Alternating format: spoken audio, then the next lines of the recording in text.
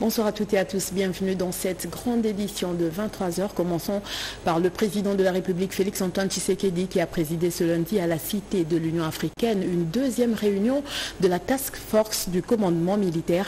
Des instructions claires ont été données afin de sauvegarder l'intégrité territoriale du pays. Blandine Zovo, Kazo Kazadi, bienvenue Kamamba, reportage. Pour la seconde fois ce lundi, le président de la République, Félix-Antoine Tshisekedi Tshilombo, a réuni autour de lui la task force du haut commandement militaire. Tous sont présents, l'état-major des forces armées de la République démocratique du Congo, les chefs d'opération militaires venus du front, le vice-premier ministre en charge de la défense, le ministre des Finances, mais aussi les responsables des services de sécurité et certains conseillers du président de la République.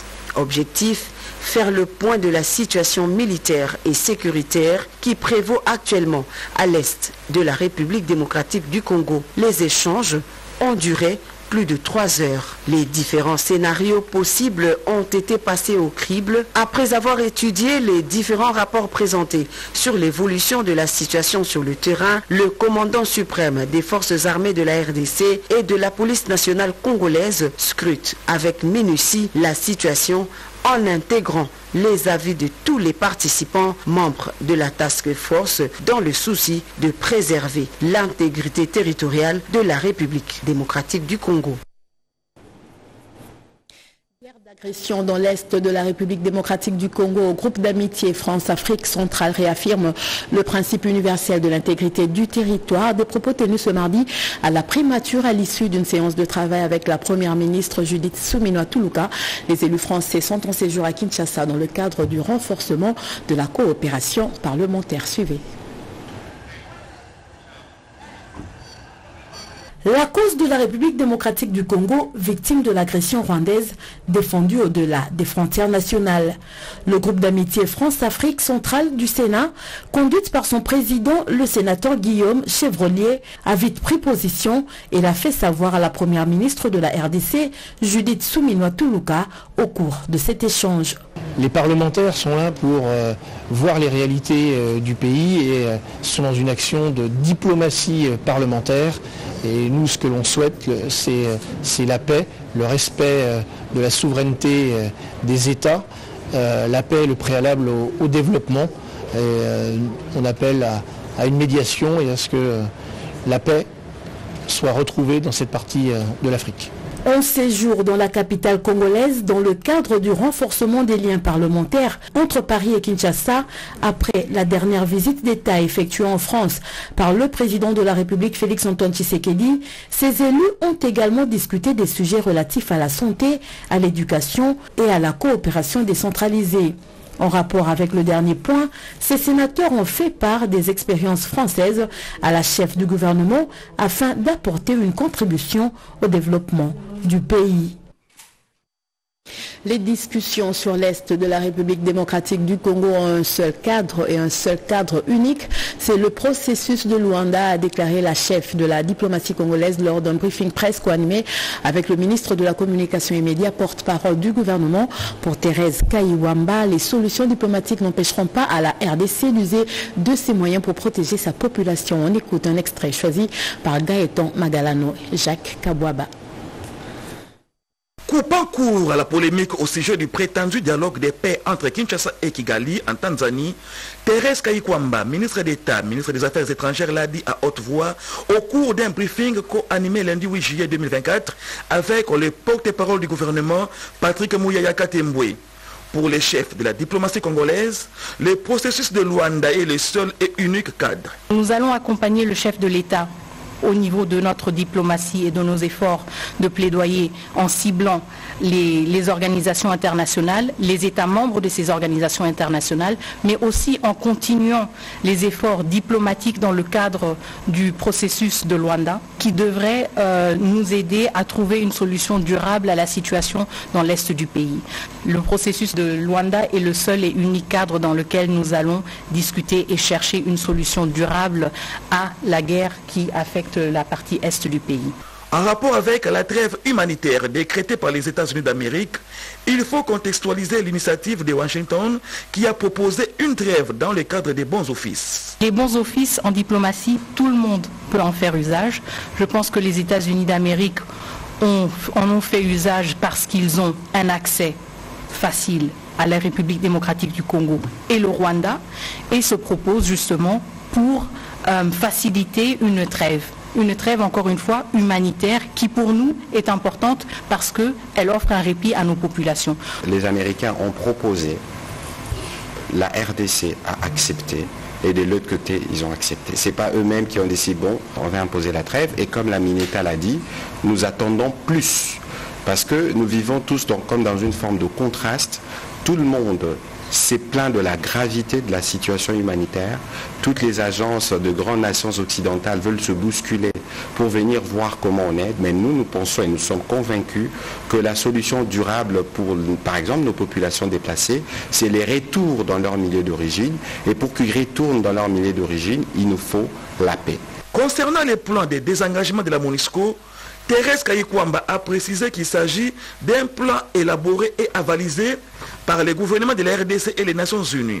Ce plan est structuré en 3 phases. La première couvre le Sud Kivu, la deuxième le Nord Kivu et la dernière Ituri. Kinshasa, selon Thérèse Kayikwamba, veut un retrait responsable, durable et ordonné de la MONUSCO. Pour sa part, le ministre de la Communication et Médias, porte-parole du gouvernement, Patrick Mouyaya Katembwe, a indiqué que le gouvernement de la RDC est là pour les grandes orientations diplomatiques dans le cadre de ce nouveau quinquennat du président de la République. Pendant ce temps, quelques artères de la ville province Kinshasa sont dans le noir qui occasionnent des accidents de circulation. C'est le cas de la route Bypass dans son tronçon compris entre Rond-Point Ngaba et Cité Verte. Bypass en est une illustration parfaite. Jacques Kabwaba, explication. La route Bypass dans son tronçon compris entre Rond-Point Ngaba et Cité Verte se trouve actuellement plongée dans le noir. L'éclairage public ne fonctionne pas sur cette route très prisée par les camions grand tonnage qui font des navettes entre la ville-province Kinshasa et le Congo central. Cette situation est à la base de plusieurs accidents de circulation sur cette artère. Il ne se passe plus de nuit sans qu'on compte un accident sur ce tronçon. Sur la route Bypass, on enregistre beaucoup de cas d'accidents de circulation à cause de l'obscurité. Beaucoup de personnes meurent sur cette tronçon. Cette route, elle est presque abandonnée. Et pourtant, c'est la voie qui relie le port de Matadi à la ville de Kinshasa. Le noir qui caractérise la route Bypass sur le tronçon Rond-Point Ngaba Cité Verte a aussi pour conséquence l'augmentation de l'insécurité dans ces coins de la capitale. Des malfrats en profitent pour extorquer les véhicules et motocyclistes aux paisibles citoyens entre 22h et 4h du matin. La route Bypass reste toujours plongée dans le noir. C'est cette obscurité qui est à la base de l'insécurité avec le Kuluna qui aime opérer la nuit. Des personnes interrogées en appellent à l'intervention du nouveau gouverneur de la ville-province Kinshasa afin que cette route hautement stratégique soit éclairée afin d'éviter de continuer à compter les morts à la suite des accidents qui sont enregistrés toutes les 24 heures. Et puis la remise officielle du rapport définitif d'observation du processus électoral 2023-2024 a été effectuée ce mardi par le coordonnateur de la mission d'observation électorale Regard Citoyen, représentant du président de la CENI. Le bishop Djamba a fait l'économie de ce rapport. Yolande Voka, Guilain Mukunga, reportage. Des recommandations qui viennent sceller définitivement les avis et considérations dans le processus électoral arrivé à terme. Clarifier dans la loi organique les concepts de personnalité indépendante. Renforcer l'autonomie financière de la CENI en libérant son budget par une dotation trimestrielle en dépenses contraignantes. Sans là, Les grandes lignes des recommandations formulées par la mission d'observation électorale Regard Citoyen dans son rapport définitif d'observation du processus électoral 2023-2024 qui a été remis officiellement ce mardi 9 juillet 2024 par le coordonnateur des opérations électorales des Regards Citoyens, le bishop Djamba, aux représentants du président de la CENI. Les recommandations que nous formulons sont tout à fait globales. Nous proposons que le seuil légal de représentativité soit annulé et que l'on conserve le seuil légal de recevabilité. Parce que le seuil légal de représentativité frustre les électeurs. Un dernier élément parmi les plus importants, c'est au niveau de contentieux. Vous savez que jusqu'à présent, seuls les partis politiques et les regroupements politiques donnent autorisation aux compétiteurs d'aller se pourvoir en justice. Nous pensons qu'il serait plus juste de donner aussi ce pouvoir-là aux candidats pour qu'eux-mêmes se pourvoient et qu'ils introduisent leur contestation au niveau des cours et tribunaux. Le but ultime de ces rapports définitifs d'observation, de participation à l'amélioration du processus électoral en faisant de la société civile congolaise un acteur majeur et engagé dans la construction d'un état de droit en République démocratique du Congo.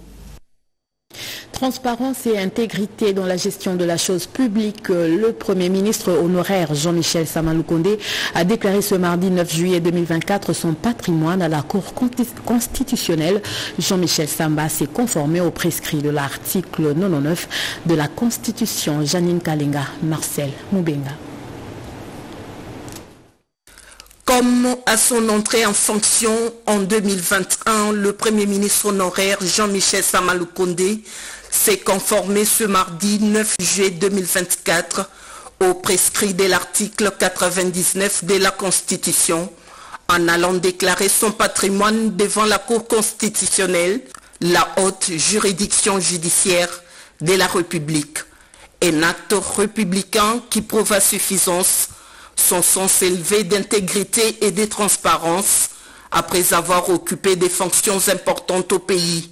Sama Lukonde reconnaît cet exercice constitutionnel. C'est un exercice que nous faisons en entrée de fonction. Nous l'avions déjà fait ici même. Et à la sortie de fonction, nous devons nous livrer au même exercice pour des raisons de transparence, de gestion. Et donc, nous nous étions déjà inscrits dans la droite ligne de la bonne gouvernance parce que cela nous avait été demandé par son Excellence, Monsieur le Président de la République, son Excellence Félix-Antoine Tshisekedi Tshilombo, et nous avons voulu nous conformer. Le Premier ministre honoraire a par ailleurs remercié la Cour constitutionnelle à travers son président Dieudonné Kamuleta pour la bonne collaboration durant l'exercice de ses fonctions à la primature. Nous remercions surtout la collaboration que nous avons eue avec la Cour constitutionnelle tout le temps que nous avons eu à travailler au niveau de la primature et tous les autres services judiciaires avec lesquels nous avons aussi travaillé. Fidèle à lui-même ainsi qu'au chef de l'État qui lui fait confiance, le Premier ministre honoraire Jean-Michel Sama Lukonde Kyenge, le féru de la transparence, de la bonne gestion et du respect des lois, s'est acquitté de ce devoir ce jour. Parlons de la séance de travail entre le conseiller du chef de l'État et le ministre d'État en charge de l'agriculture sur la croissance de la production agricole. Les détails avec Marie Kalang. Le point 2 de la 4e réunion du Conseil des ministres du gouvernement souminois a mis un accent particulier sur le programme présidentiel de l'agenda de transformation agricole et de la place de l'agriculture dans le programme du chef de l'État. Une réunion mixte s'est tenue au ministère de l'Agriculture entre le ministre d'État de l'Agriculture et Sécurité alimentaire, le coordonnateur du Conseil consultatif présidentiel du Pacte national pour l'alimentation et l'agriculture en RDC et le chargé de mission du chef de l'État. C'était pour harmoniser des vues pour les préparatifs des séances de travail avec le cabinet du chef de l'État sur l'agenda de transformation agricole. Cette rencontre était en vue de préparer les différentes séances de travail que nous allons avoir avec le cabinet du chef de l'État, la direction du cabinet du chef de l'État dans les prochains jours, de sorte qu'il y ait une harmonisation de ce que fait le Conseil, de la manière dont le ministère qui a la responsabilité du secteur agricole puisse s'approprier et tirer profit de tout le travail d'orientation, de planification et de mobilisation de ressources qui avait déjà été initié au niveau du Conseil consultatif présidentiel. Le ministre d'État de l'Agriculture et Sécurité alimentaire, Grégoire Mchaïl Moutombe, a signifié que cette association permettra de mener à bon port les activités agricoles. Nous regardons dans la même direction où nous sommes en train de coordonner toutes les activités agricoles qui se font actuellement, créer de l'emploi, accompagner la femme productrice sur le champ, diminuer la pénibilité du travail, surtout de la femme qui travaille avec Inou. Donc nous cherchons des solutions durables, efficaces et prometteuses pour notre agriculture. Le temps de la vengeance du sol sur le sous-sol est arrivé, a dit le patron de l'agriculture, Grégoire Mchaïl Moutombe, qui est déterminé à soutenir la vision du chef de l'État, Félix Antoine Tshisekedi Tshilombo. Autre chose, l'ambassadeur marocain en République démocratique du Congo, Rachid Agassim, était à la rencontre du ministre d'État, ministre du Développement rural, Moïndo Nzangi Boutondo. La coopération et le partage d'expériences étaient au centre de leurs échanges. Reportage signé Edith Chala. Les relations entre le royaume chérifien et la RDC sont au beau fixe. En témoigne cette rencontre entre le ministre d'État, ministre du Développement rural, Moïndo Nzangi Boutondo, et l'ambassadeur du Royaume du Maroc, accrédité en République démocratique du Congo, Rachid Agassim. Leurs échanges ont tourné autour de la coopération dans le secteur du développement rural entre les deux pays.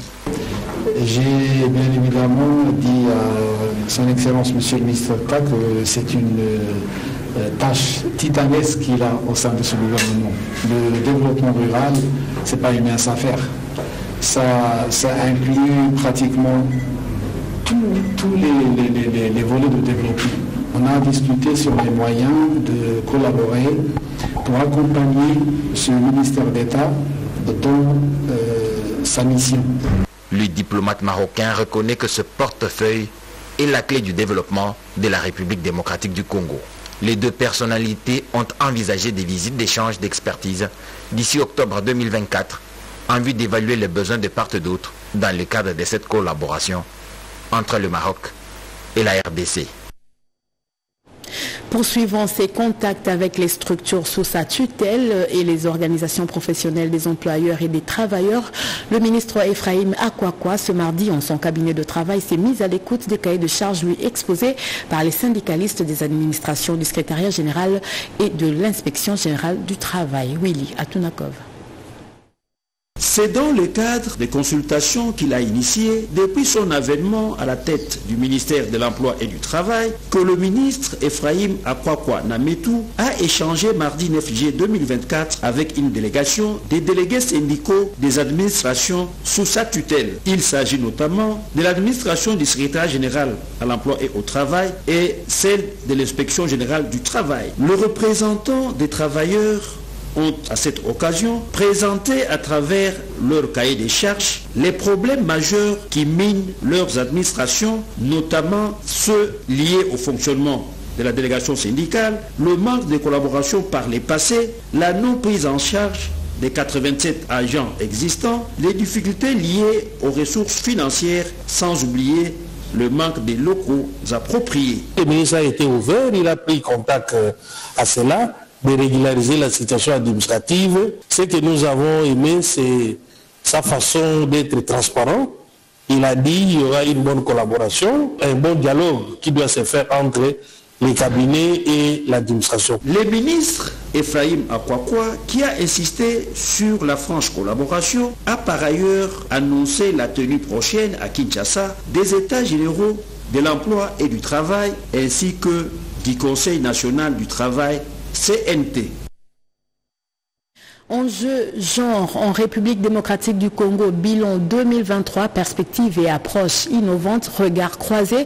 C'est sous ce thème que le ministère du genre, famille et enfants, en partenariat avec l'ambassade de Suède et l'ONU Femmes, ont organisé une matinée genre ce mardi 9 juin 2024 au Salon Rouge de l'hôtel du gouvernement à Gombe. Suivez.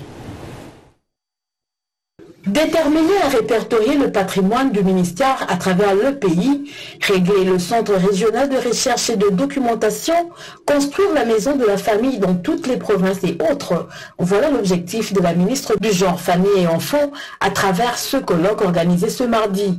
En présence de ses partenaires de taille, entre autres l'ambassade de Suède et l'ONU Femmes, Madame la ministre de tutelle Léonie Kandolo Onoyi a tenu à porter un grand regard croisé sur les enjeux genre ainsi que l'apport de ses partenaires aux questions d'égalité de sexe et d'autonomisation des femmes et filles en RDC. Nous sommes un ministère transversal. De par notre identité, ou mieux, notre transversalité, nous sommes représentés par des cellules genre implantées dans tous les ministères du gouvernement et particulièrement dans les ministères ayant dans notre attribution les devoirs journal, l'enseignement primaire, secondaire et technique, la justice, la santé, ainsi que les affaires sociales, en dit d'améliorer le statut de la femme et de l'enfant. Notons que Léonie Kandolo Onoyi, ministre du Genre, Famille et Enfants, est une femme activiste experte en genre et gouvernance qui fait la promotion de la femme conformément à la vision du chef de l'État, Félix-Antoine Tshisekedi. Pendant ce temps, la structure Generation of Military Children apporte son soutien dans le social et la formation des femmes et dépendant des militaires. Plusieurs formations ont été initiées au profit de cette catégorie de la société. Cédric Kenina, commentaire. Conscience, esprit d'équipe et discipline dans l'exécution, une trilogie qui caractérise des Generation of Military Children qui œuvrent dans plusieurs domaines, notamment l'humanitaire, les développements et l'encadrement de jeunes, mais aussi et surtout de femmes et enfants des hommes en uniforme. Une présentation faite par ses responsables devant la presse a suffi pour susciter la curiosité de la communauté. Nous envisageons comment être parrainé par la fondation ENT de Maman Denise Nekeo. Pourquoi cette fondation? C'est parce que nous sommes en train de voir ses activités. De temps en temps, la fondation a donné des bourses aux finalistes qui ont de 70% ou 80%. C'est vraiment une très bonne initiative que nous voyons depuis que cette fondation-là est née. On sent vraiment de plus en plus la contribution dans l'éducation de notre pays. Surtout, ça motive les finalistes à bien travailler pour obtenir tous ces salons-là. Déjà, des formations ont été organisées au mois de juin en marge de la fête du 30 juin au profit de jeunes filles mères, de veuves, orphelins, des dépendants de familles des militaires sur l'entrepreneuriat au Kangemba à Kenge dans le Kwango. Ajoutez à cela une commémoration pour les vaillants forces armées de la République démocratique du Congo qui ont donné de leur sang pour la nation. Direction Ituri, où les députés provinciaux du territoire de Aru demandent l'implication personnelle du chef de l'État Félix-Antoine Tshisekedi pour la libération de Prince Amati et James Kenda Odou, tous transférés à Kinshasa depuis le début du mois de juin par les services de sécurité. Devant cette situation qui préoccupe toute la population d'Aru en particulier et de l'Ituri en général, tout en encourageant les gouvernements de la République et provinciale, les FARDC, la PNC et les services de sécurité dans leurs efforts pour le retour de la paix, nous recommandons ce qui suit. À son Excellence, M. Félix-Antoine Tshisekedi Tshilombo, président de la République, chef de l'État, avec l'expression de nos hommages les plus déférents, de s'impliquer personnellement pour le dénouement rapide de ce dossier.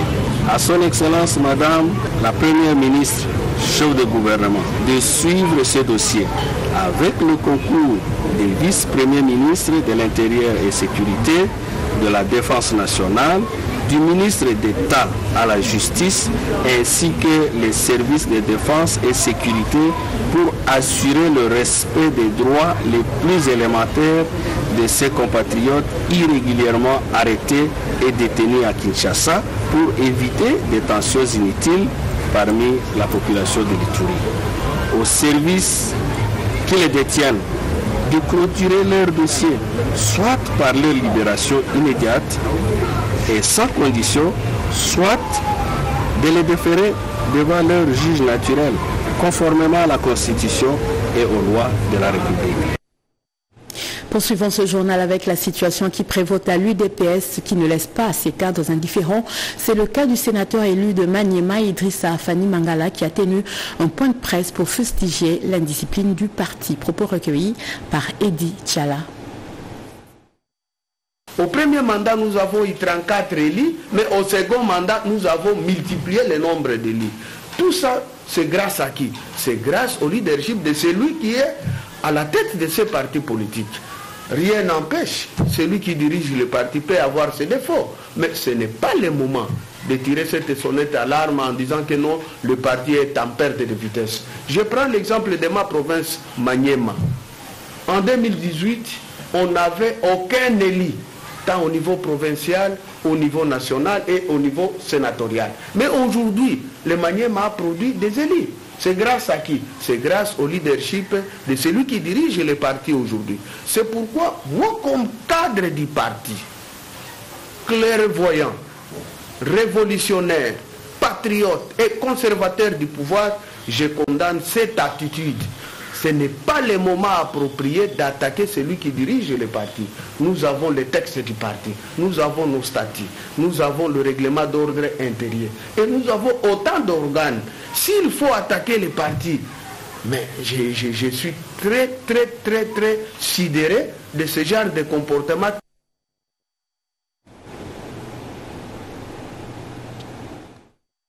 Les femmes architectes du Congo sont déterminées à aller convaincre les jeunes filles étudiantes à aimer et à affronter la filière et la profession d'architecture. Samedi dernier, elles sont descendues à l'Institut supérieur d'architecture et d'urbanisme ISAU.